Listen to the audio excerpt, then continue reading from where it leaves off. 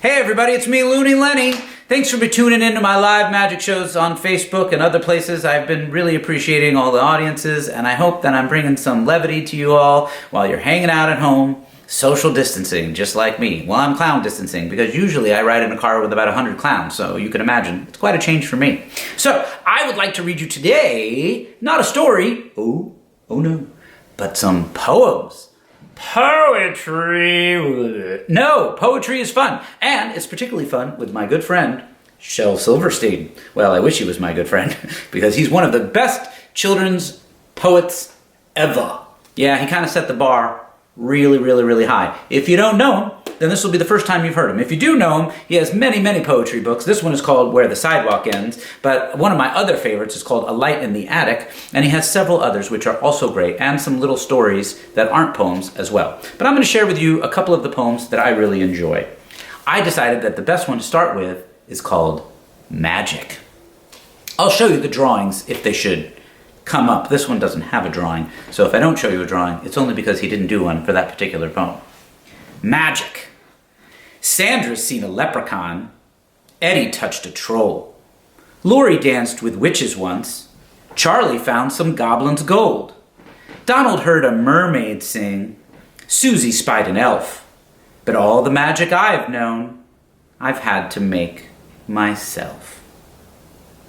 Good one for a clown, don't you think?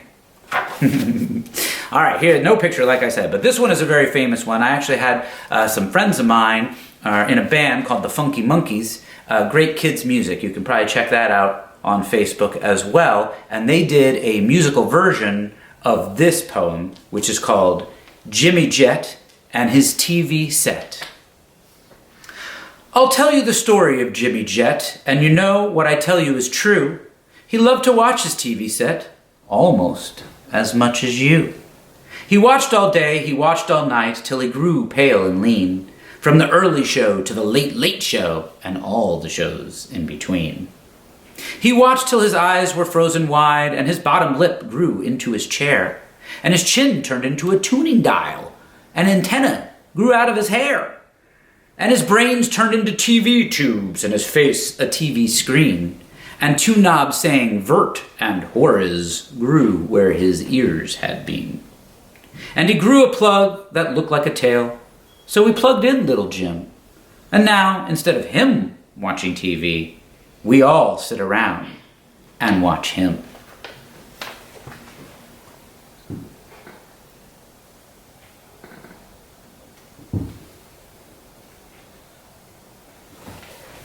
That's pretty silly, right? Well, I bet we can all identify with that right now, because I bet we're all getting to watch a lot more TV and interact with our iPads without getting yelled at.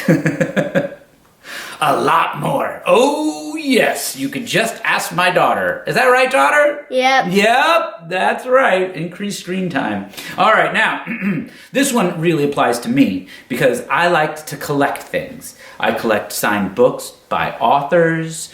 I collect big books of art by famous artists and other artists whose art I think is interesting.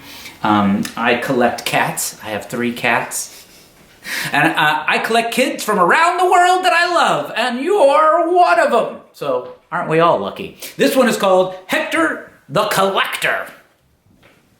Hector the Collector collected bits of string, collected dolls with broken heads and rusty bells that would not ring, pieces out of picture puzzles, bent up nails and ice cream sticks, twists of wires, worn out tires, paper bags and broken bricks. Old chipped vases, half shoelaces, Gatling guns that wouldn't shoot, leaky boats that wouldn't float, and stopped up horns that wouldn't toot. Butter knives that had no handles, copper keys that fit no locks, rings that were too small for fingers, and dried up leaves and patched up socks. Worn out belts that had no buckles, electric trains that had no tracks, airplane models, broken bottles, 3-legged chairs and cups with cracks. Hector the Collector loved these things with all his soul, loved them more than shining diamonds, loved them more than glistening gold. Hector called to all the people, "Come and share my treasure trunk." And all the silly, sightless people came and looked and called it junk. I love that one. And that is exactly the story between me and my wife. Everything that I collect to me is gold, and everything I collect to her, junk. Well, beauty is in the eye of the beholder.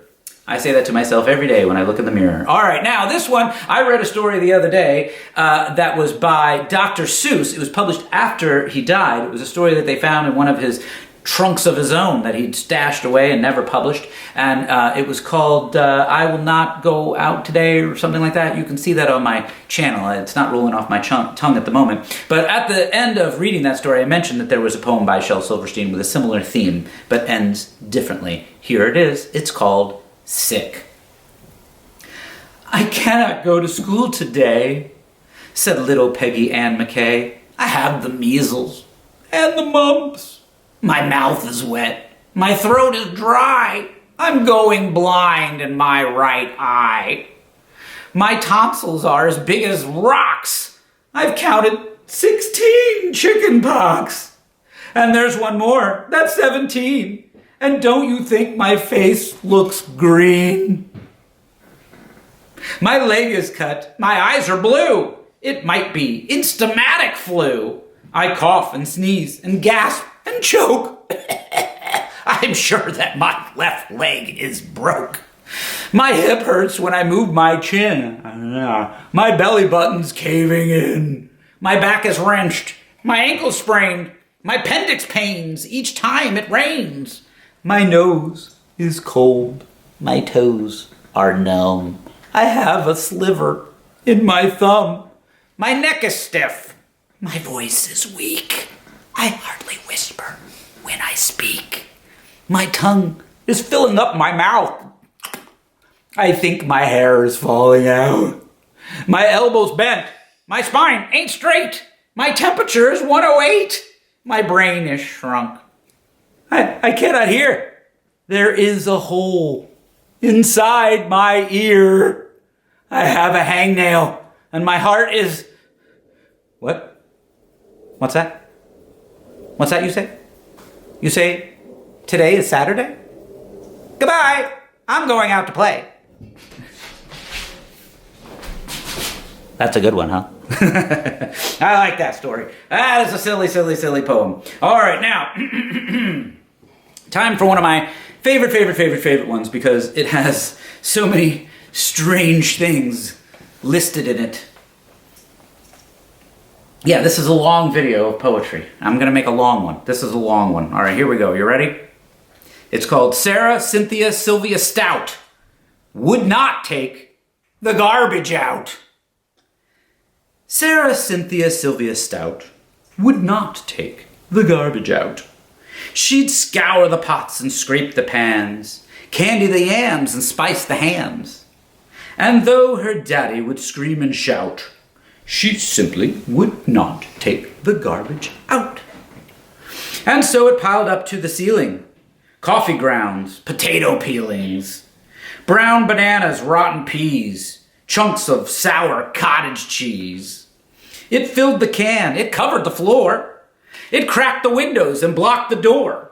With bacon rinds and chicken bones, drippy ends of ice cream cones, prune pits, peach pits, orange peel, gloppy glumps of cold oatmeal, pizza crusts and withered greens, soggy beans and tangerines, crusts of black burned buttered toast, gritty bits of beefy roasts. The garbage rolled on down the hall. It raised the roof.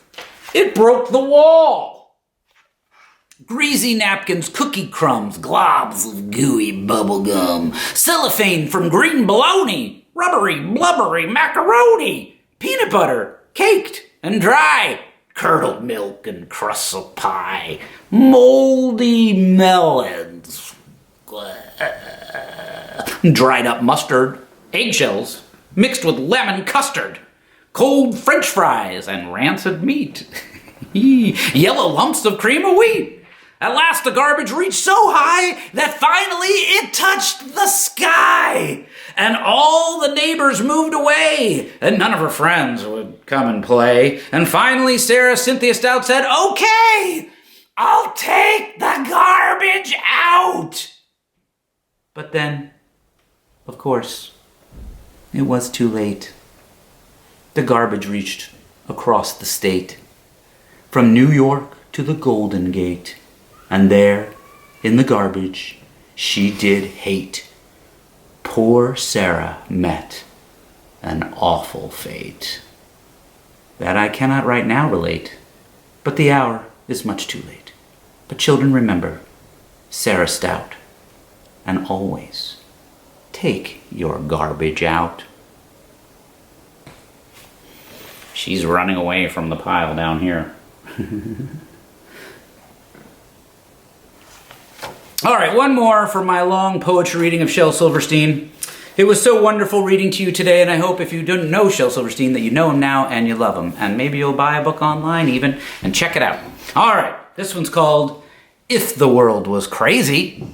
And that goes along right well with me, old Looney Lenny. Thanks for watching, everybody. If the world was crazy, you know what I'd eat? A big slice of soup and a whole quart of meat. A lemonade sandwich, and then I might try some roasted ice cream or a bicycle pie. A nice notebook salad, an underwear roast, an omelet of hats, some crisp cardboard toast, a thick malted milk made from pencils and daisies. And that's what I'd eat if the world was crazy. If the world was crazy, you know what I'd wear? A chocolate suit and a tie of eclair. Some marshmallow earmuffs, some licorice shoes, and I'd read a paper of the Peppermint News. I'd call the boys Susie, and I'd call the girls Harry, and I'd talk through my ears, and I always would carry a paper umbrella for when it grew hazy to keep in the rain if the world was crazy. If the world was crazy, you know what I'd do? I'd walk on the ocean, and I'd swim in my shoe. I'd fly through the ground and I'd skip through the air. I'd run down the bathtub and bathe on the stair. When I met somebody, I'd say, "Goodbye, Joe." And when I was leaving, then I'd say, "Hello."